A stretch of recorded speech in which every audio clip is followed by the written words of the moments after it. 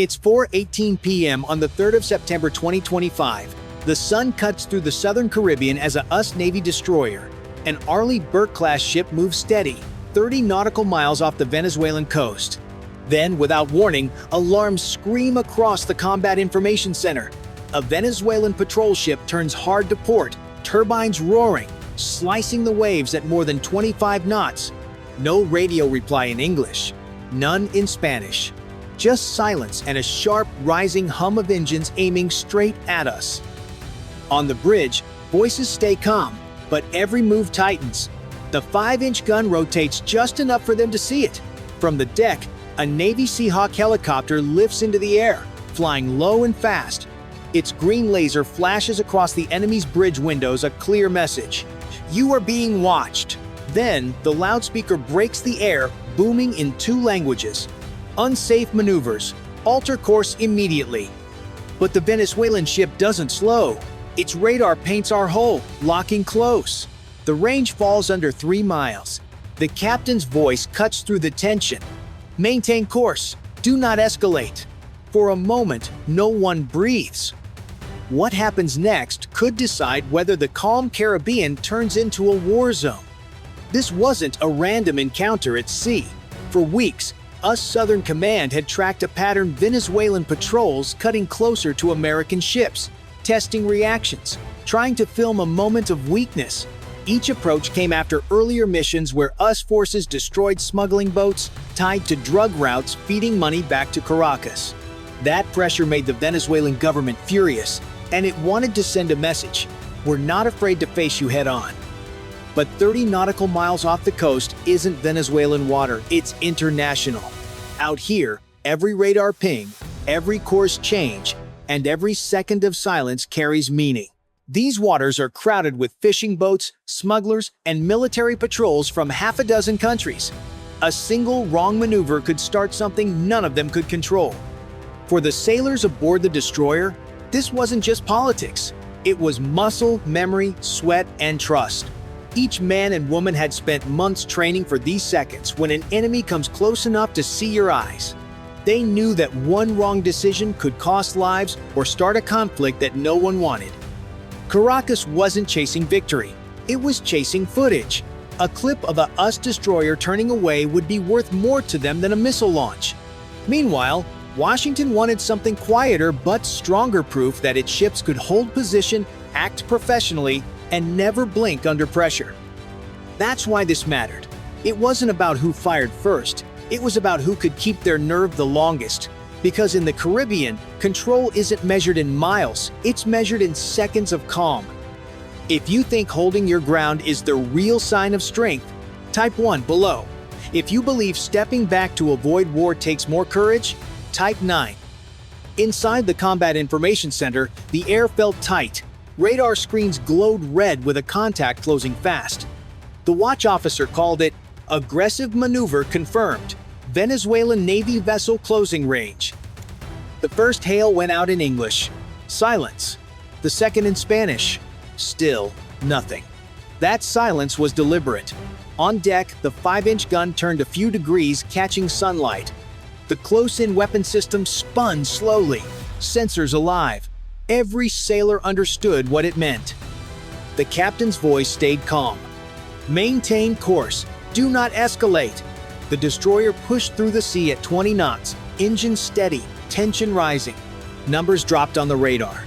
2.8 miles, 2.5, 2.2. Every second felt longer than the last. Launch Seahawk. The order snapped through the air. The MH-60R helicopter lifted off fast, rotors chopping the humid wind. It banked low over the waves, sending spray high. From above, its camera locked on the Venezuelan deck.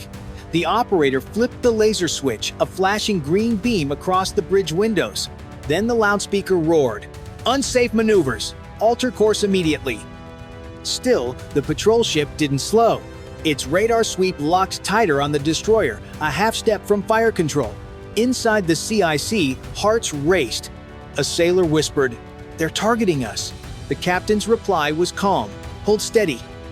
The Seahawk circled closer, the beam pulsing bright. On the Venezuelan deck, Men in helmets gathered near their cannon, hands close to triggers.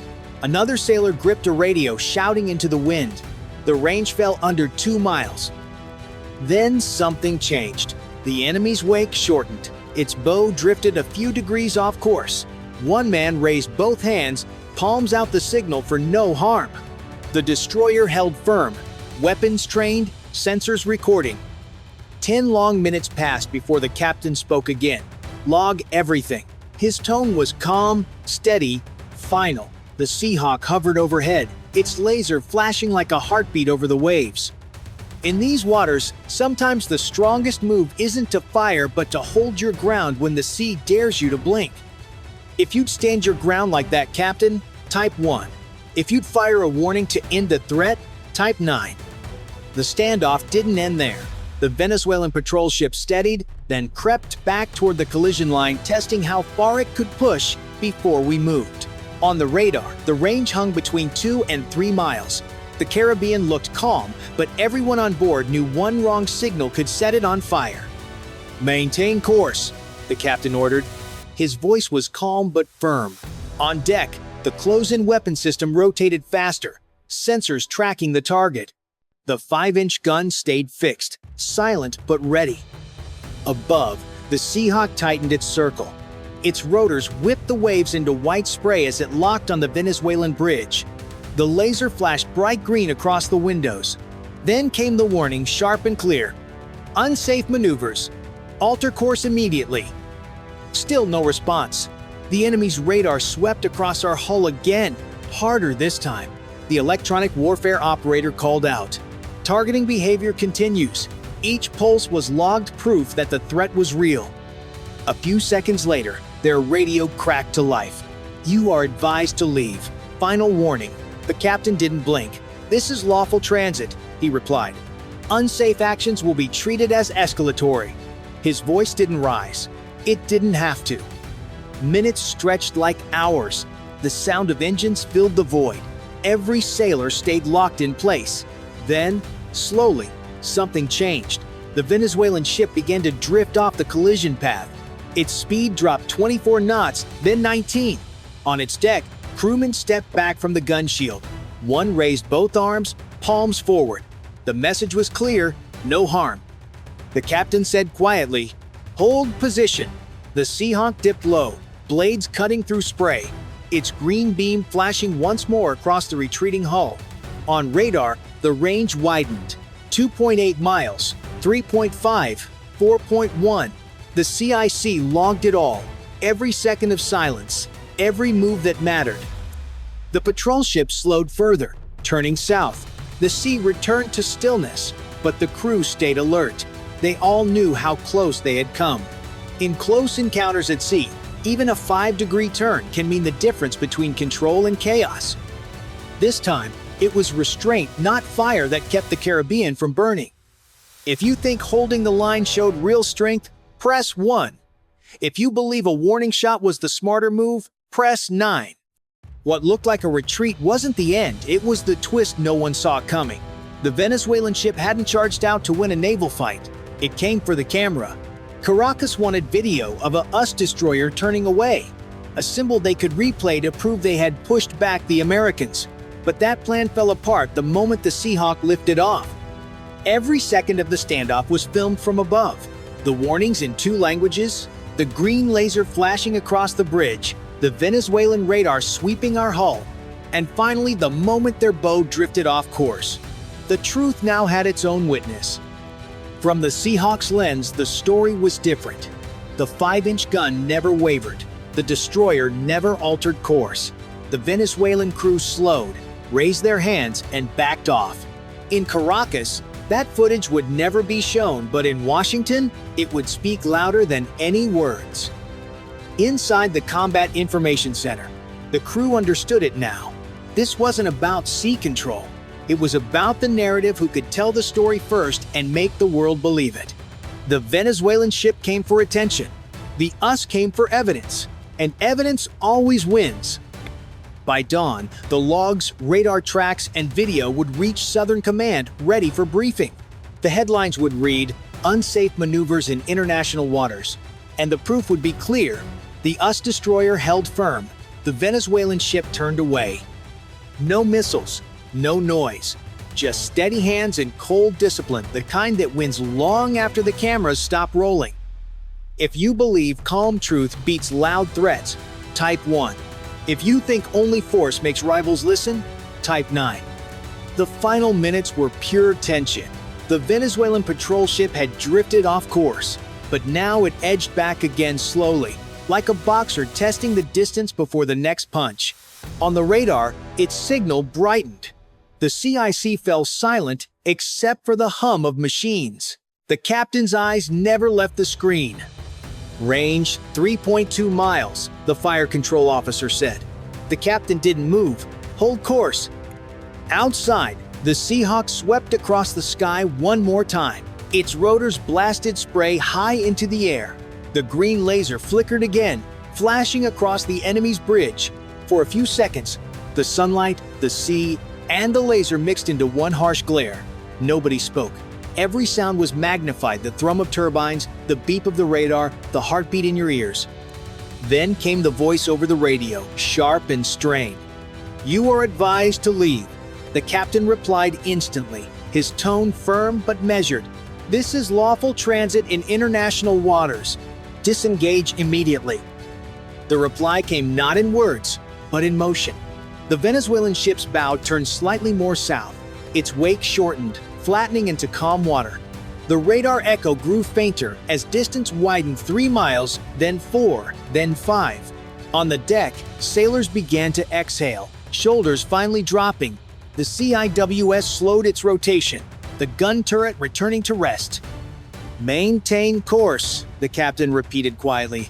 His words carried the weight of victory without saying it. The destroyer didn't alter speed, didn't change bearing. It simply moved forward, steady, like nothing had happened. Above, the Seahawk banked in a wide circle, its camera still rolling. The operator zoomed out to capture the full scene. One ship sailing strong, one peeling away. That image would tell the world everything it needed to know.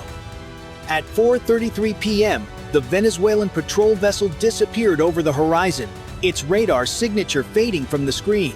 The Seahawk returned to the deck, rotors slowing as the crew guided it in. When the blade stopped, the silence was almost too loud. No cheering, no high fives, just quiet relief and professional focus. The battle wasn't won with weapons, it was won with control. In the Caribbean that day, strength wasn't measured by firepower, but by who refused to blink first.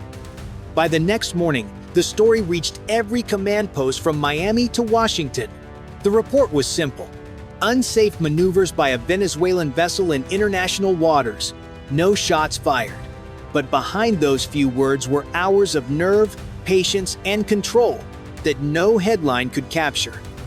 The footage from the Seahawk was undeniable. It showed the Venezuelan crew pressing in, locking radar, then slowly backing off when the green laser crossed their bridge. It showed the US destroyer holding course, never flinching, never raising its voice. For Southern Command, it was proof that professionalism, not aggression, still ruled the Caribbean. In Caracas, the tone was different. State television aired a short clip showing the patrol ship at high speed, claiming it had defended sovereign waters. But the unedited version told another story, a retreat caught frame by frame. The clip they wanted became the proof they feared. For the sailors aboard the destroyer, the victory was quiet but real. They had faced an enemy determined to provoke, and they'd held their line without a single weapon fired. That discipline sent a message louder than any explosion. It told allies the US would not be bullied, and it told rivals that calm doesn't mean weak. Strategically, it signaled something larger. Close passes like this are not random, they are rehearsals. Small tests meant to map out what each side will tolerate. The more frequent they become, the greater the risk that one will end differently. And next time, the threat may come not from a patrol ship, but from a swarm of fast boats or drones that leave no time for radio calls or warnings. That's why every second of this encounter mattered. Every log entry, every video frame, every steady command will shape how the next confrontation unfolds. Because in the modern Caribbean, war doesn't always start with a shot, it starts with a test. And this time, the test ended with the destroyer holding steady while the other side blinked first.